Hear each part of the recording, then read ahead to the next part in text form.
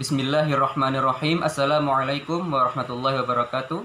Alhamdulillah wassalatu wassalamu ala Rasulillah wa ala alihi washabbihi ajmain, amma ba'du.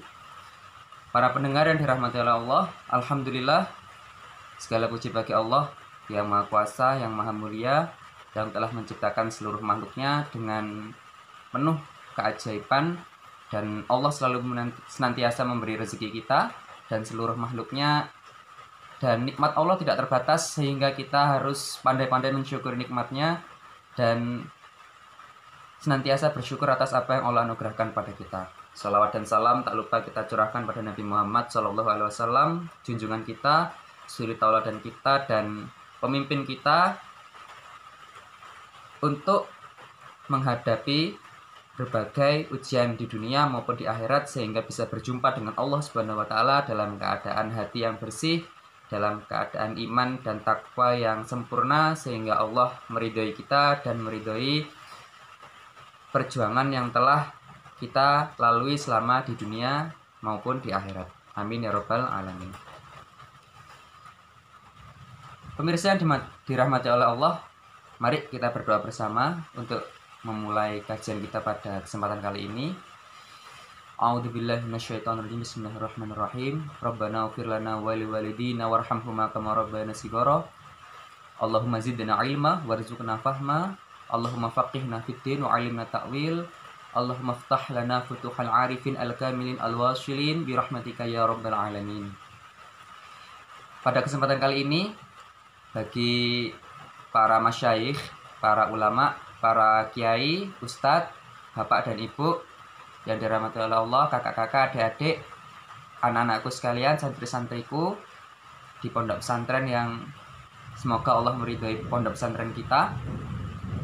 Pada kesempatan kali ini kita akan membahas tentang istilah wusul ya. Wusul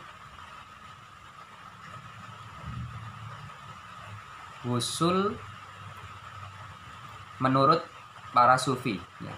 Wusul menurut para sufi. Apa itu sufi? Sudah dijelaskan di video sebelumnya ya. Intinya sufi itu adalah satu, orang yang beradab, punya etika. Yang kedua, menerapkan konsep ihsan atau menyembah Allah seakan-akan melihat Allah. Seandainya tidak mampu, maka minimal mereka merasa diawasi oleh Allah. Yang ketiga, istiqomah dalam manhaj Allah Subhanahu wa taala, dalam kepatuhan untuk menjalankan perintah dan dalam kepatuhan untuk meninggalkan maksiat berupa hal-hal yang haram maupun makruh. Jadi seperti itu.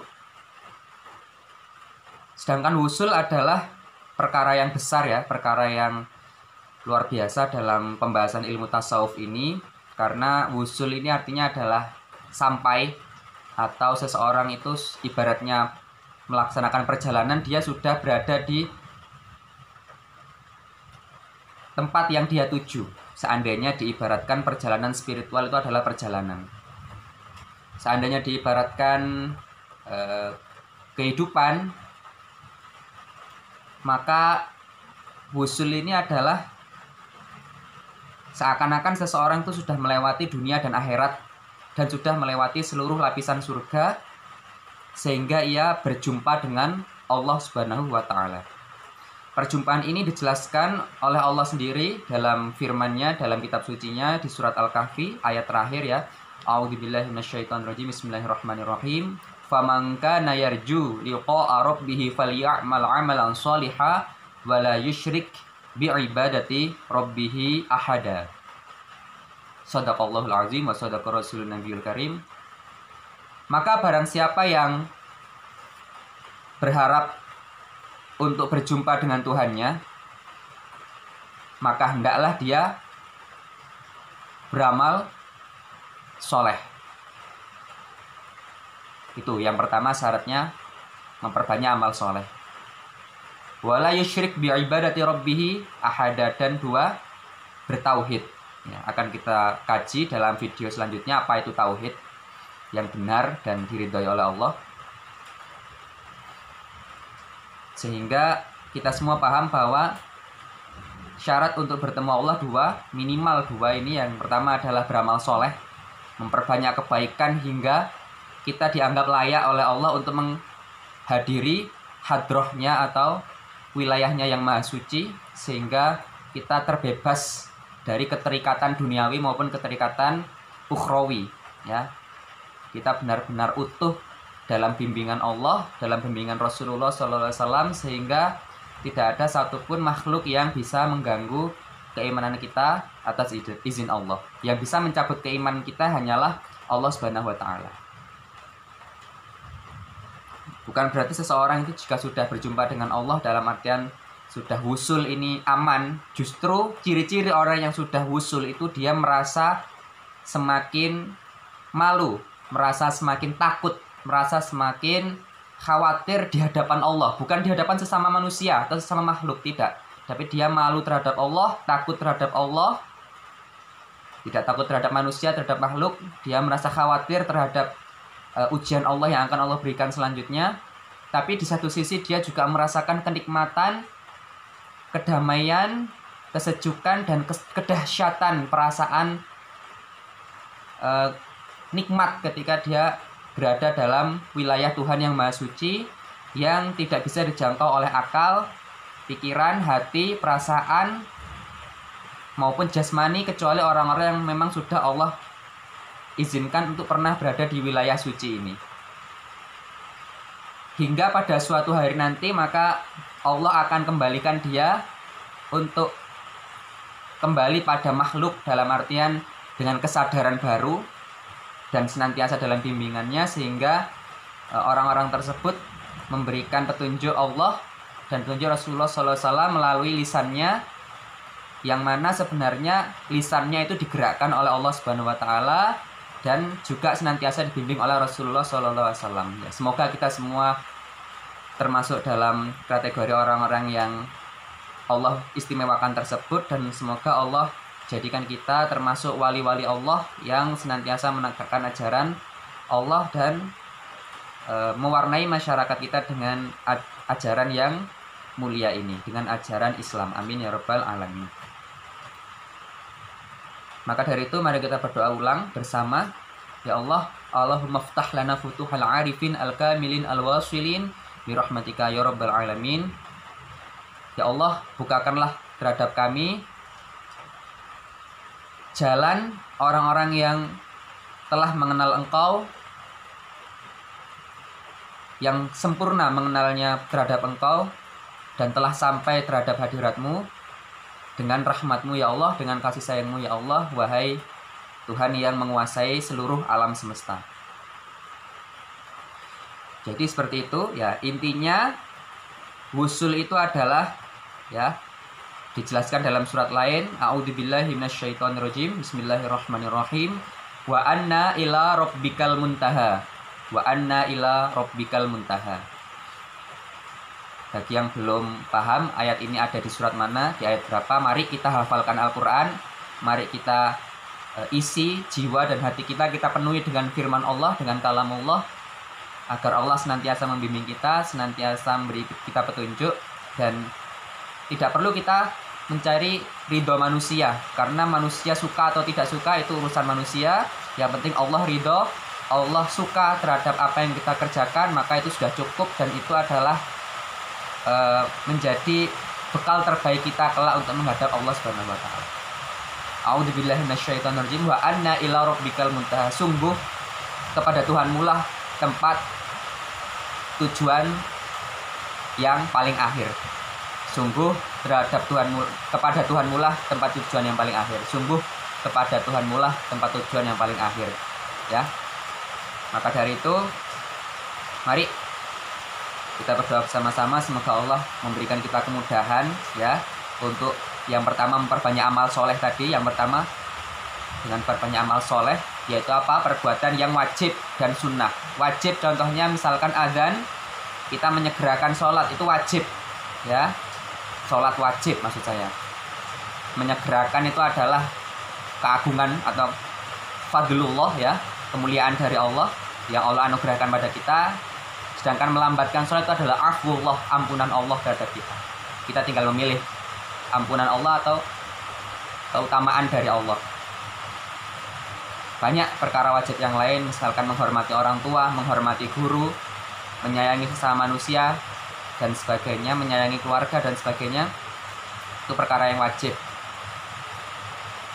Jika kita fokus untuk mendekatkan diri pada Allah dengan perkara yang wajib dan perkara yang sunnah, ya, perkara yang sunnah itu tidak wajib tapi itu disukai Allah, mustahab, ya, disukai Allah, maka lambat laun kita akan Allah jadikan dekat dengan kita. Ketika Allah sudah dekat dengan kita, maka seakan-akan ya penglihatan kita adalah penglihatan Tuhan, penglihatan Allah. Ucapan kita adalah ucapan Tuhan, ucapannya Allah. Pendengaran kita adalah pendengaran Tuhan, pendengarannya Allah. Tangan kita adalah tangan Tuhan. Kaki kita adalah kaki Tuhan. Yang mana tangan kita dan kaki kita Allah mudahkan, Allah gerakkan untuk senantiasa melakukan hal-hal yang diridhoi oleh Allah, disukai oleh Allah, dicintai oleh Allah. Dan dia menjadi jalan petunjuk bagi orang-orang yang memandangnya. Setiap orang yang memandangnya, dia menjadi semakin ingat Allah. Semakin dia memandangnya, dia semakin bertambah kecintaan terhadap Allah Subhanahu wa Ta'ala. Dan dia tidak merasa bahwa dirinya memiliki kekuatan, karena dia benar-benar menerapkan apa yang dia baca sebagai zikir, yaitu la haula wala quwata illa billah. Tiada daya dan upaya melainkan itu dengan daya dan kekuatan Allah Subhanahu wa Ta'ala, zat yang maha kaya, zat yang maha kuasa, zat yang maha kuat, zat yang maha berdaya, zat yang maha mampu melaksanakan apapun sekehendaknya. Tidak ada manusia yang bisa memerintah Tuhan. Justru kitalah yang harusnya mentaati perintah Tuhan. Bukan apa? Karena memang kita diperintahkan untuk seperti itu. Hingga pada titik tertentu kita akan mengalami yang namanya kebebasan spiritual, yang mana kita hanya terikat dengan Tuhan dan tidak terpengaruh apapun oleh makhluk. Ya, seandainya kita berubah, itu pun berubah karena Allah, bukan berubah karena makhluk. Ya, seperti itu. Sehingga Allah menetapkan dan mengkokohkan hati kita. Jadi itu gambaran ya, gambaran untuk kita. Intinya apa? Intinya wusul itu adalah ciri-cirinya kita tidak ingin berpisah dengan Tuhan. Dalam artian, misalkan seseorang melaksanakan sholat, kemudian berzikir, kemudian mengaji. Mari kita renungkan, apakah kita ketika mengaji itu terburu-buru untuk meninggalkan. Ketika kita sholat sunnah, apakah kita terburu-buru untuk meninggalkan? Apa ketika kita melakukan perbuatan baik, itu kita terburu-buru meninggalkan? Atau kita tenggelam dalam kenikmatan bersama Allah itu? Jika kita sudah mulai tenggelam dalam kenikmatan bersama Allah, dalam ketaatan pada Allah, itu adalah pertanda yang baik. Pertanda yang baik itu adalah ciri bahwa Allah telah mulai membukakan kemudahan jalan bagi kita, sehingga seakan-akan kita berada di depan pintunya yang maha suci, sehingga kita senantiasa berada di depan pintunya dan tidak mau berpindah. Ya, mereka telah menikmati suasana kedekatan. Bagaimana mereka ingin pergi menjauh. Mereka telah menikmati berada dalam kebersamaan Allah. Allah selalu bersama mereka secara khusus, secara istimewa. Bagaimana mereka ingin berpisah.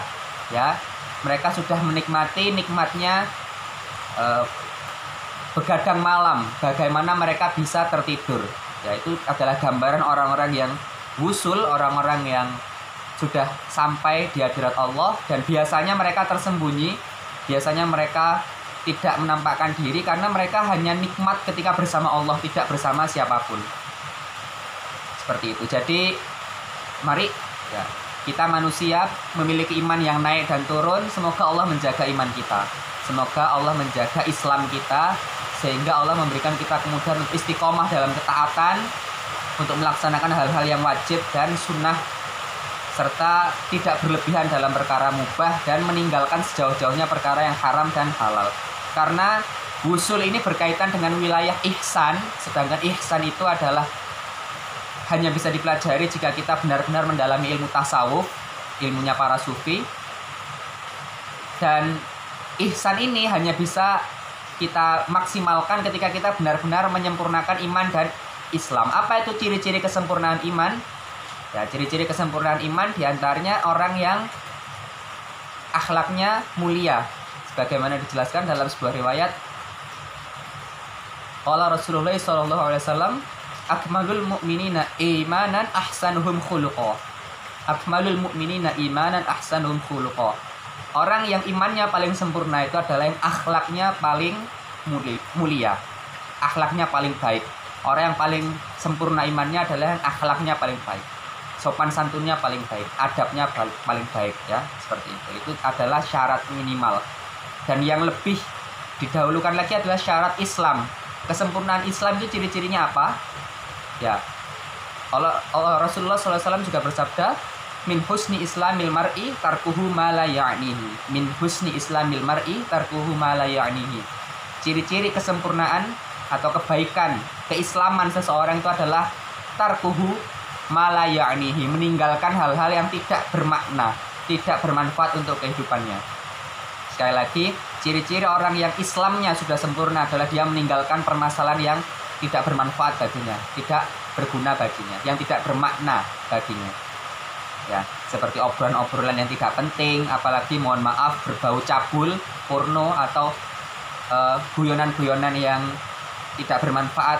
Orang-orang yang sudah menyempurnakan Islamnya itu tidak akan ada ketertarikan untuk seperti itu, karena mereka memahami firman Allah dalam surat Al-Mu'minun, a'udzubillahi minasyaitonirrajim, walladzina hum 'anil lagwi mu'ridun. Walladzina hum 'anil lagwi mu'ridun, yaitu orang-orang yang meninggalkan obrolan-obrolan yang omong kosong, ya. Orang-orang yang meninggalkan obrolan-obrolan yang omong kosong, meninggalkan obrolan-obrolan yang senda gurau yang tidak bermanfaat. Ya. Baik, jadi seperti itu gambaran kesempurnaan Islam, kemudian meningkat kesempurnaan iman, menyempurnakan akhlak, dan kesempurnaan ihsan, yaitu kita seakan-akan merasa diawasi oleh Allah, yaitu muraqabah yang akan kita jelaskan pada video selanjutnya. Sedangkan puncaknya itu adalah musyahadah, kita senantiasa seakan-akan melihat Allah, karena kita sadar bahwa seluruh makhluk di alam semesta ini Allah yang menggerakkan, dan Allah lah yang memberikan petunjuk. Bahkan yang menyesatkan kita pun juga sebenarnya adalah Allah, melalui penampakan iblis, yaitu gambaran dari penampakan sifat Allah Al-Mudil yang maha menyesatkan. Ya, tinggal kita ingin memilih yang mana. Apakah kita patuh pada iblis Al-Mudil yang maha menyesatkan, atau Rasulullah SAW Al-Hadi, gambaran penampakan dari Al-Hadi, zat yang maha memberi petunjuk.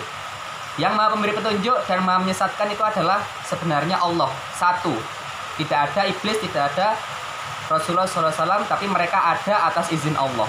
Ya, mereka ada atas izin Allah, dan kita juga tidak ada, tapi kita menjadi ada atas izin Allah Subhanahu wa Ta'ala. Maka kelak kita akan menjadi tidak ada, dan Allah bangkitkan lagi dalam keadaan yang sesuai dengan amal perbuatan kita. Maka barang siapa yang banyak kebaikannya, maka dia akan kembali dengan keadaan terbaik, dekat dengan para nabi, para wali, dan orang-orang yang soleh. Sedangkan orang yang mereka banyak berbuat zalim, kemaksiatan, dan tidak bertobat, tidak ingin kembali kepada Tuhannya, maka mereka akan mendapatkan tempat terburuk, dan mereka akan menyesali apapun yang mereka perbuat selama di dunia. Semoga Allah mengampuni kita, semoga Allah menyayangi kita, dan semoga Allah memberikan kita kekuatan, kemudahan, karena kekuatan itu semua berasal dari Allah, kemudahan juga berasal dari Allah. Semoga Allah senantiasa membimbing kita, menguatkan kita, mengokohkan langkah kita, sehingga kita bisa berjuang untuk terus berada di depan pintunya. Bahkan seandainya kita berhadapan dengan makhluk, Allah tetap membuat hati kita kokoh, hati kita teguh, sehingga kita tidak berubah oleh keadaan makhluk yang selalu berubah. Kita senantiasa dekat dengan Allah yang tidak pernah berubah, yang maha lembut, maha penyayang, maha suci, maha damai, dan maha memberi petunjuk kepada seluruh umat manusia. Baik, jadi intinya seperti itu. Semoga yang mungkin singkat ini bermanfaat. Jika memang ini baik atau benar, maka itu berasal dari Allah. Jika ada yang salah atau kurang, maka itu dari saya pribadi. Silahkan dibagikan pada saudara-saudaranya dengan share link YouTube ini atau download video ini kemudian dibagikan pada saudara-saudara kita, atau yang belum subscribe juga silahkan subscribe, kemudian like jika memang video ini bermanfaat, dan silahkan berkomentar jika memang ada yang salah atau ada yang kurang dari apa yang Al-Fakir atau saya sampaikan dalam video kali ini. Terima kasih, mohon maaf. Saya akhiri, billahi wabil haq, fastabiqul khairat. Naqra doa kafaratul majlis. Subhanakallahumma wa bihamdika asyhadu an la ilaha illa anta astaghfiruka wa atubu ilaik. Terima kasih. Wassalamualaikum warahmatullahi wabarakatuh.